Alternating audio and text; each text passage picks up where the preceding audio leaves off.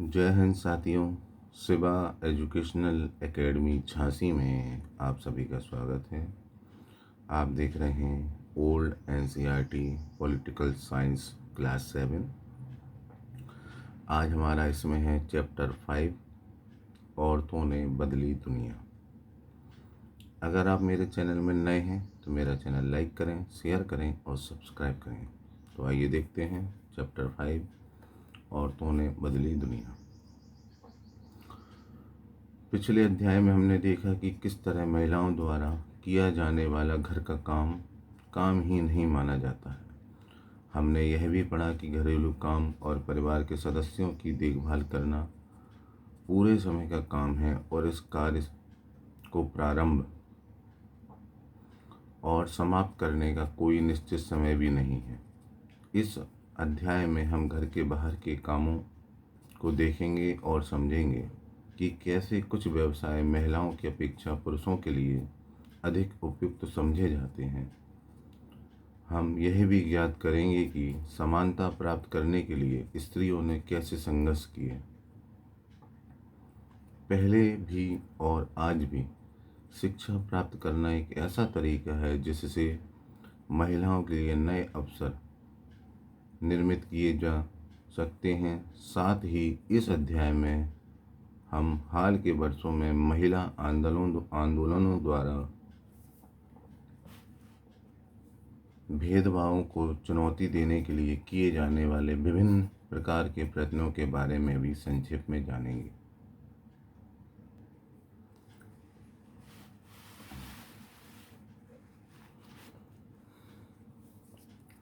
भारत में 83.6% महिलाएं खेतों में काम करती हैं।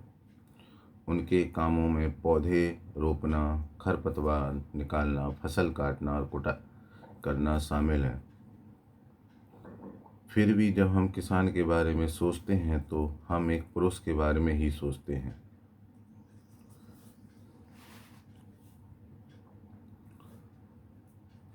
रोजी मैडम की कक्षा में 30 बच्चे, उन्होंने अपनी कक्षा में यही अभ्यास कराया। परिणाम इस प्रकार रहा। वर्ग शिक्षक पुरुष 5, महिला 25, किसान 30, महिला 0, मिल मजदूर पुरुष 25, महिला 5, नर्स पुरुष 0, महिला 30, वैज्ञानिक पुरुष 25, महिला 5, पायलट पुरुष 27, महिला 3। कम अवसर और कठोर अपेक्षाएं। रोजी मैडम की कक्षा के अधिकांश बच्चों ने नर्स के लिए महिलाओं के और पायलट के रूप में पुरुषों के चित्र बनाए। ऐसा उन्होंने इस कारण किया कि उन्हें लगता है कि घर के बाहर भी महिलाएं कुछ खास तरह के काम ही अच्छी तरह कर सकती हैं। उदाहरण के लिए बहुत से लोग मानते हैं कि महिलाएं अच्छी नर्स हो सकती हैं क्योंकि वे अधिक सहनशील और विनम्र होती हैं। इसे परिवार में स्त्रियों की भूमिका के साथ मिलाकर देखा जाता है।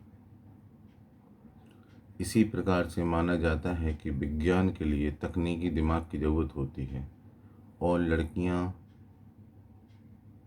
और महिलाएं तकनीक कार्य करने में सक्षम नहीं होती। अनेक लोग इस प्रकार की रूढ़िवादी धारणाओं में विश्वास करते हैं, इसलिए बहुत सी लड़कियों को डॉक्टर व इंजीनियर बनने के लिए अध्ययन करने और प्रशिक्षण लेने के लिए वह सहयोग नहीं मिल पाता है जो लड़कों को मिलता है। अधिकांश परिवारों में स्कूली शिक्षा पूरी हो जाने के बाद लड़कियों को इस बात के लिए प्रेरित किया जाता है कि वे शादी को अपने जीवन का मुख्य लक्ष्य मान लें। यह समझना आवश्यक है कि हम ऐसे समाज में रह रहे हैं जहां सभी बच्चों को अपने चारों ओर की दुनिया के दबावों का सामना करना पड़ता है। कभी यह दबाव बड़ों की अपेक्षाओं के रूप में होता है तो कभी यह हमारे अपने ही मित्रों के गलत तरीके से चुड़ाने के कारण पैदा हो जाता है। लड़कों पर ऐसी नौकरी प्राप्त करने के लिए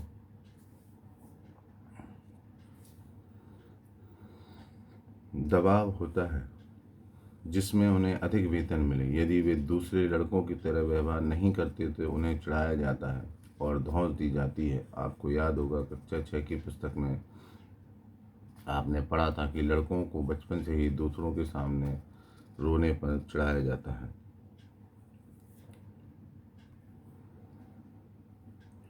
रूढ़ियों को तोड़ा है। रेल का इंजन आदमी चलाते हैं, पर झारखंड के एक गरीब आदिवासी परिवार की 27 वर्षीय महिला लक्ष्मी लाकरा ने इस धारा का रुख बदल दिया। उत्तरी रेलवे की वह पहली महिला इंजन चालक है।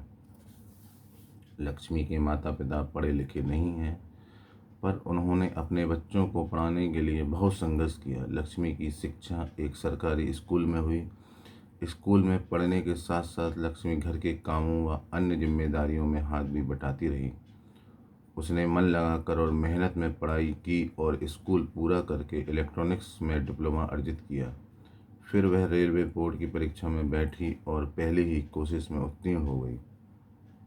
लक्ष्मी कहती है, मुझे चुनौतियों से खेलना पसंद है, और जैसे ही कोई यह कहता है कि फला काम लड़कियों के लिए नहीं है, मैं उसे करके रहती हूँ। लक्ष्मी के जीवन में ऐसा करने के अनेक अवसर आए। जब वह इलेक्ट्रॉनिक्स करना चाहती थी, जब उनसे पॉलिटेक्स में मोटरसाइकिल चलाई, और जब उसने तय किया कि वह इंजन ड्राइवर बनेगी। उसका दृष्टिकोण सीधा साधा है। जब तक मुझे मज़ा आ रहा है और मैं किसी को नुकसान नहीं पहुंचा रही हूं और मैं अच्छे से रह पा रही हूं और अपने माता पिता की मदद कर पा रही हूं, तो मैं अपने तरीके से क्यों ना जीऊं। परिवर्तन के लिए सीखना। स्कूल में जाना आपके जीवन का बहुत महत्वपूर्ण हिस्सा है। जैसे जैसे स्कूलों में हर साल अधिकाधिक संख्या में बच्चे प्रवेश ले रहे हैं, हम सोचने लगे कि सब बच्चों के लिए स्कूल जाना एक साधारण बात है। आज हमारे लिए है कल्पना करना भी कठिन है कि कुछ बच्चों के लिए स्कूल जाना और पढ़ना पहुंच के बाहर की बात या अनुचित बात भी मानी जा सकती है। परंतु अतीत में लिखना और पढ़ना कुछ लोग ही जानते थे। अधिकांश बच्चे वही काम सीखते थे जो उनके परिवार में होता था या उनके बुजुर्ग करते थे। लड़कियों की स्थिति और भी खराब थी। उन समाजों में जहाँ लड़कों को पढ़ना लिखना सिखाया जाता था, लड़कियों को अक्षर तक सीखने की अनुमति नहीं थी। यहाँ तक कि उन परिवारों में भी जहाँ कुम्हारी, बुनकरी, वस्त्र बुनना और हस्तकला सिखाई जाती थी, यह धारणा थी कि लड़कियों और औरतों का काम केवल सहायता करने तक ही सीमित है। उदाहरण के लिए, कुम्हार के व्यवसाय में स्त्रियां मिट्टी एकत्रित करती थीं और बर्तन बनाने के लिए उसे तैयार करती थीं। चूँकि वे चाक नहीं चलाती थीं, इसलिए उन्हें कुम्हार नहीं माना जाता था। 19वीं शताब्दी में लगभग 200 वर्ष पूर्व शिक्षा के बारे में कई नए विचार ने जन्म लिया। विद्यालय अधिक प्रचलन में आ गए और वे समाज जिन्होंने स्वयं कभी पढ़ना लिखना नहीं सीखा था, अपने बच्चों को स्कूल भेजने लगे। तब भी लड़कियों की शिक्षा को लेकर बहुत विरोध हुआ। इसके बावजूद बहुत सी स्त्रियां और पुरुषों ने बालिकाओं के लिए स्कूल खोलने के प्रयत्न किए। स्त्रियों ने पढ़ना लिखना सीखने के लिए संघर्ष किया। आइए हम रास सुंदरी देवी 1800-1890 का अनुभव पढ़ें, जो 200 वर्ष पूर्व पश्चिम बंगाल में पैदा हुई। 60 वर्ष की अवस्था में उन्होंने बांग्ला भाषा में अपनी आत्मकथा लिखी। उनकी पुस्तक आमार जीवन किसी भारतीय महिला द्वारा लिखित पहली आत्मकथा है। रास सुंदरी देवी एक धनवान जमींदार परिवार की गृहिणी थी। उस समय लोगों को विश्वास था कि यदि लड़की लिखती पढ़ती है तो वह पति के लिए दुर्भाग्य लाती है और विधवा हो जाती है। इसके बावजूद उन्होंने अपनी शादी के बहुत समय बाद स्वयं ही छुप छुप कर लिखना पढ़ना सीखा। वे अत्यंत सवेरे ही काम करना शुरू कर देती थीं और उधर आधी रात हो जाने के बाद भी काम में लगी रहती थी। बीच में भी विश्राम नहीं होता था। उस समय मैं केवल 14 वर्ष की थी। मेरे मन में एक अभिलाषा पनपने लगी, मैं पढ़ना सीखूंगी और एक धार्मिक पांडुलिपि पढ़ूंगी। मैं अभागी थी। उन दिनों स्त्रियों को नहीं पढ़ाया जाता था। बाद में मैं स्वयं ही अपने विचारों का विरोध करने लगी। मुझे क्या हो गया, स्त्रियां पढ़ती नहीं हैं, फिर मैं कैसे पढ़ूंगी। फिर मुझे एक स्वप्न आया। मैं चैतन्य भागवत, एक संत का जीवन पढ़ रही थी। बाद में दिन के समय जब मैं रसोई में बैठी हुई भोजन बना रही थी, मेरे अपने पति को सबसे बड़े बेटे से कहते हुए सुना, विपिन, मैंने अपनी चैतन्य भागवत यहाँ छोड़ी है। जब मैं इसे मंगाऊँ तुम इसे अंदर ले आना। वे पुस्तक वहीं छोड़कर चले गए। जब पुस्तक अंदर रखी थी गई, मैंने चुपके से उसका एक पन्ना निकाल लिया और सावधानी से उसे छुपा दिया। उसे छुपाना भी एक बड़ा काम था, क्योंकि किसी को भी वह मेरे हाथ में नहीं दिखना चाहिए था। मेरा सबसे बड़ा बेटा उस समय ताड़ के पत्तों पर लिखकर अक्षर बनाने का अभ्यास कर रहा था। उसमें से भी मैंने एक छिपा दिया। जब मौका मिलता मैं जाती और उस पन्ने के अक्षरों का मिलान अपने याद किए गए अक्षरों से करती। मैंने उस शब्दों का भी मिलान करने की कोशिश की जो मैं दिन भर में सुनती रहती थी। अत्यधिक जतन और कोशिशों से एक लंबे समय के बाद मैं पढ़ना सीख सकी।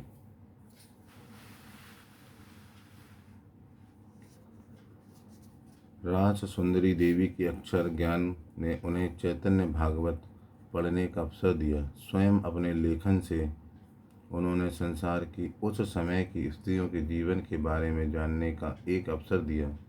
रास सुंदरी देवी ने अपने दैनंदिन जीवन के अनुभवों को विस्तार से लिखा है। ऐसे भी दिन होते थे जब उन्हें दिन भर में क्षण भर का भी विश्राम नहीं मिलता था। इतना समय भी नहीं कि वे जरा बैठकर कुछ भी खा ही लें।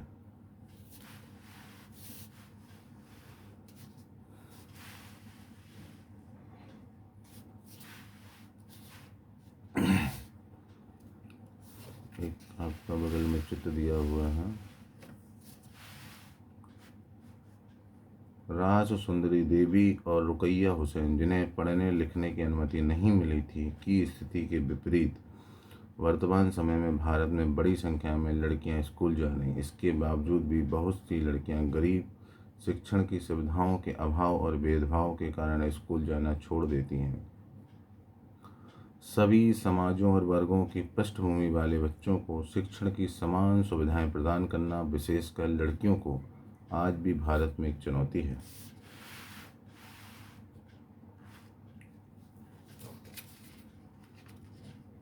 वर्तमान समय में शिक्षा और विद्यालय। आज के युग में लड़के और लड़कियां विशाल संख्या में विद्यालय जा रहे हैं, लेकिन फिर भी हम देखते हैं कि लड़कों और लड़कियों की शिक्षा में अंतर है। भारत में हर 10 वर्ष में जनगणना होती है, जिसमें पूरे देश की जनसंख्या की गणना की जाती है। इसमें भारत में रहने वालों के जीवन के बारे में भी विस्तृत जानकारी एकत्रित की जाती है, जैसे उनकी आयु, पढ़ाई और उनके द्वारा किए जाने वाले काम आदि। इस जानकारी का इस्तेमाल हम अनेक बातों के आकलन के लिए करते हैं, जैसे शिक्षित लोगों की संख्या तथा स्त्री और पुरुषों का अनुपात। 1961 की जनसंख्या के अनुसार सब लड़कों और पुरुषों 7 वर्ष एवं उससे अधिक आयु के का 40% शिक्षित था, अर्थात वे कम से कम अपना नाम लिख सकते थे। इसकी तुलना में लड़कियों तथा स्त्रियों का केवल 15% भाग शिक्षित था। यहाँ पर एक शॉर्ट स्टोरी है। जेवियर अपना 10वीं बोर्ड का परीक्षा फल देख कर खुश था। यद्यपि विज्ञान और गणित में उसे बहुत अधिक अंक नहीं मिले थे, लेकिन अपने पसंदीदा विषय इतिहास और भाषाओं में उसने अच्छा किया था। जब उसके माता पिता ने परिणाम देखे तो वे खुश नहीं हुए। हे भगवान, जेवियर, गणित में तो तुम सिर्फ 65% लाए हो, भौतिक शास्त्र में भी तुम्हारे अंक बहुत कम हैं। मुझे पता है माँ, पर कोई बात नहीं, क्योंकि मैं गणित और विज्ञान में पढ़ना भी नहीं चाहता हूँ, मैं इतिहास पढ़ना चाहता हूँ। तुम इतिहास क्यों पढ़ना चाहते हो? अपने भविष्य के बारे में सोचो। तुम्हें एक अच्छी नौकरी प्राप्त करनी है। इतिहास में क्या मदद मिलेगी? इसमें कोई भविष्य नहीं है। पर मुझे गणित और विज्ञान अच्छा नहीं लगता।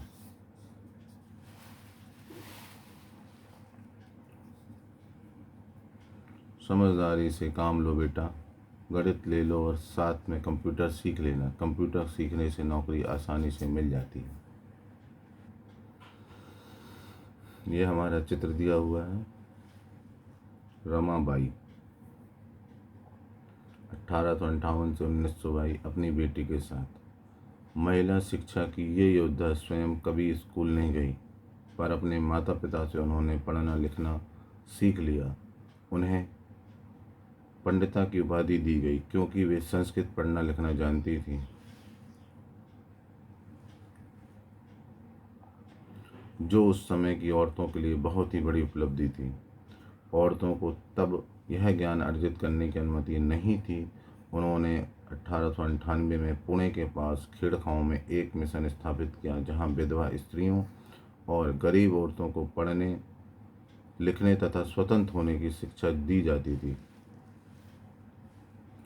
उन्हें लकड़ी की चीज़ें बनाना, छापा खाना चलाने जैसी कुशलताएं भी सिखाई जाती थीं, जो वर्तमान में भी लड़कियों को कम ही सिखाई जाती है। ऊपर बाएं हाथ की तरफ छपी तस्वीर में उनका छापा खाना दिख रहा है। रमाबाई का मिशन आज भी सक्रिय है। ये है रमाबाई का छापा खाना, जिसमें औरतें सक्रिय थीं। 2011 की जनगणना के अनुसार लड़कों व पुरुषों की यह संख्या बढ़कर 82% हो गई और शिक्षित लड़कियों तथा स्त्रियों की संख्या 65%। इसका आशय यह हुआ कि पुरुषों और स्त्रियों दोनों के बीच ऐसे लोगों का अनुपात बढ़ गया जो पढ़ लिख सकते हैं और जिन्हें कुछ हद तक शिक्षा मिल चुकी है। लेकिन जैसा कि आप देख सकते हैं कि जब स्त्रियों की तुलना में पुरुषों का प्रतिशत अधिक है, इनके बीच का अंतर अभी समाप्त नहीं हुआ है। नीचे दी गई तालिका में विभिन्न वर्गों के उन लड़कों व लड़कियों का प्रतिशत दर्शाया गया है जो बीच में ही विद्यालय छोड़ देते हैं। अनुसूचित जाति एससी तथा अनुसूचित जनजाति एसटी के लड़के लड़कों इसमें शामिल हैं।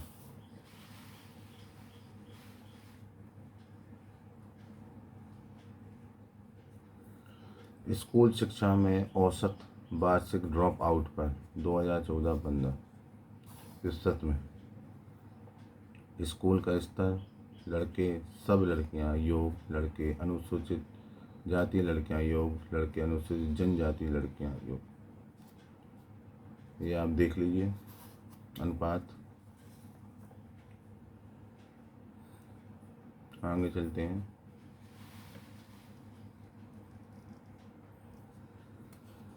संभवतः आपने ऊपर दी गई तालिका में इस बात पर ध्यान दिया होगा कि सब लड़कियों की श्रेणी की तुलना में अनुसूचित जाति और अनुसूचित जनजाति की लड़कियों की स्कूल छोड़ने की दर अधिक है। इसका अर्थ यह हुआ कि दलित व आदिवासी पृष्ठभूमि की लड़कियों के स्कूल में रहने की संभावना कम रहती है। वर्ष 2011 की जनगणना यह भी पता चलता है कि अनुसूचित जाति और अनुसूचित जनजाति लड़कियों की अपेक्षा मुस्लिम लड़कियों की प्राथमिक शिक्षा पूरी करने की संभावना और भी कम रहती है। मुस्लिम लड़कियां स्कूल में लगभग 3 वर्ष रह पाती हैं, जबकि अन्य समुदायों की लड़कियां स्कूल में 4 वर्ष का ही समय बिता पा रही हैं। दलित, आदिवासी और मुस्लिम वर्ग के बच्चों के स्कूल छोड़ देने के अनेक कारण हैं। देश के अनेक भागों में, विशेषकर ग्रामीण और गरीब क्षेत्रों में नियमित रूप से पढ़ाने के लिए ना उचित स्कूल हैं और ना ही शिक्षक। यदि विद्यालय घर के पास ना हो तो और लाने ले आने के लिए किसी साधन जैसे बस या वैन आदि की व्यवस्था ना हो तो अभिभावक लड़कियों को स्कूल नहीं भेजना चाहते। कुछ परिवार अत्यंत निर्धन होते हैं और अपने सब बच्चों को पढ़ाने का खर्चा नहीं उठा पाते। ऐसी स्थिति में लड़कों को प्राथमिकता मिल सकती है। बहुत से बच्चे इसलिए भी स्कूल छोड़ देते हैं क्योंकि उनके साथ उनके शिक्षक और सहपाठी भेदभाव करते हैं।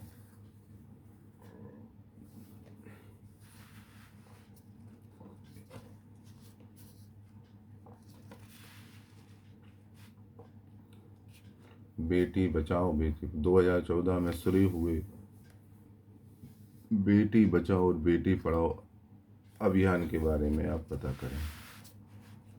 एक ग्राफ दिया है लड़के और लड़कियां। विशत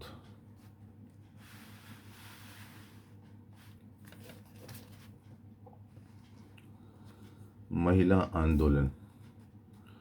अब महिलाओं और लड़कियों को पढ़ने का और स्कूल जाने का अधिकार है। अन्य क्षेत्र भी हैं जैसे कानूनी सुधार, हिंसा और स्वास्थ्य, जहां लड़कियों और महिलाओं की स्थिति बेहतर हुई है। ये परिवर्तन अपने आप नहीं आए, औरतों ने व्यक्तिगत स्तर पर और आपस में मिलकर इन परिवर्तनों के लिए संघर्ष किए हैं। इन संघर्षों को महिला आंदोलन कहा जाता है। देश के विभिन्न भागों में कई औरतें और कई महिला संगठन इस आंदोलन के हिस्से हैं। कई पुरुष भी महिला आंदोलन का समर्थन करते हैं। इस आंदोलन में जुटे लोगों की मेहनत, निष्ठा और उनकी विशेषताएं इसे बहुत अधिक ही जीवंत आंदोलन बनाती हैं। इसमें चेतना जागृत करने, भेदभावों को मुकाबला करने और न्याय हासिल करने के लिए भिन्न भिन्न रणनीतियों का उपयोग किया गया है। इनकी कुछ झलकियां आप यहाँ देख सकते हैं।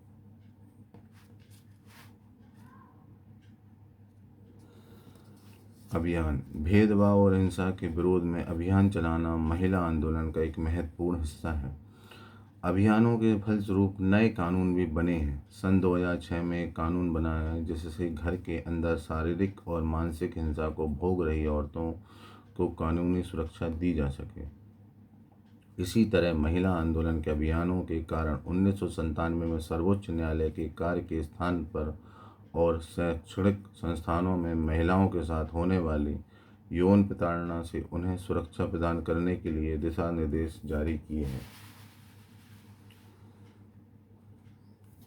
एक और उदाहरण देखें तो 1980 के दशक में देश भर की महिला संगठनों ने दहेज हत्याओं के खिलाफ आवाज़ उठाई।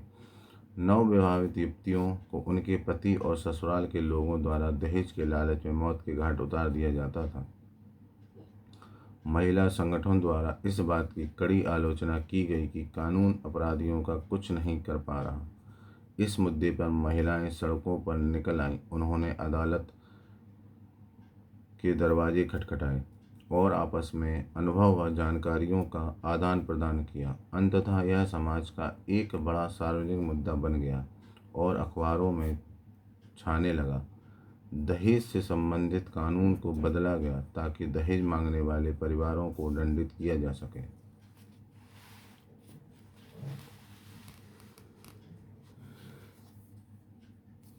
एक चित्र दिया गया ऊपर।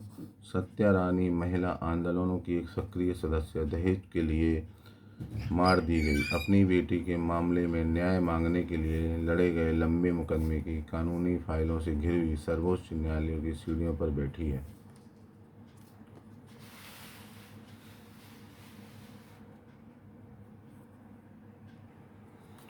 जागरूकता बढ़ाना। औरतों के अधिकार के संबंध में समाज में जागरूकता बढ़ाना ही महिला आंदोलन का एक प्रमुख कार्य है।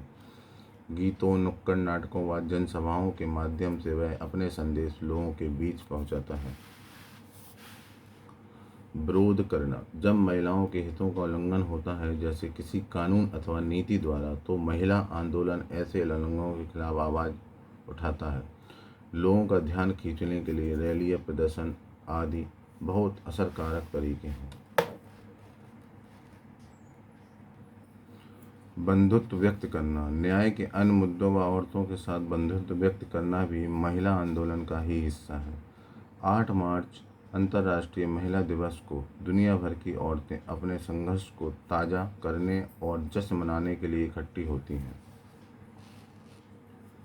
हर साल 14 अगस्त को बागा में भारत पाकिस्तान की सीमा पर हजारों लोग इकट्ठा होते हैं और एक सांस्कृतिक कार्यक्रम आयोजित करते हैं। ऊपर की तस्वीर में भारत और पाकिस्तान के लोगों के बीच बंधुत्व प्रदर्शित करते हुए औरतें जलती हुई मोमबत्तियां उठा रही हैं। शब्द संकलन। रूढ़िवादी धारणा। जब हम विश्वास करने लगते हैं कि किसी विशेष धार्मिक, आर्थिक, क्षेत्रीय समूह के लोगों की कुछ निश्चित विशेषताएं होती हैं या केवल खासकर प्रकार का कार्य ही कर सकते हैं, तब रूढ़िवादी धारणाओं का जन्म होता है।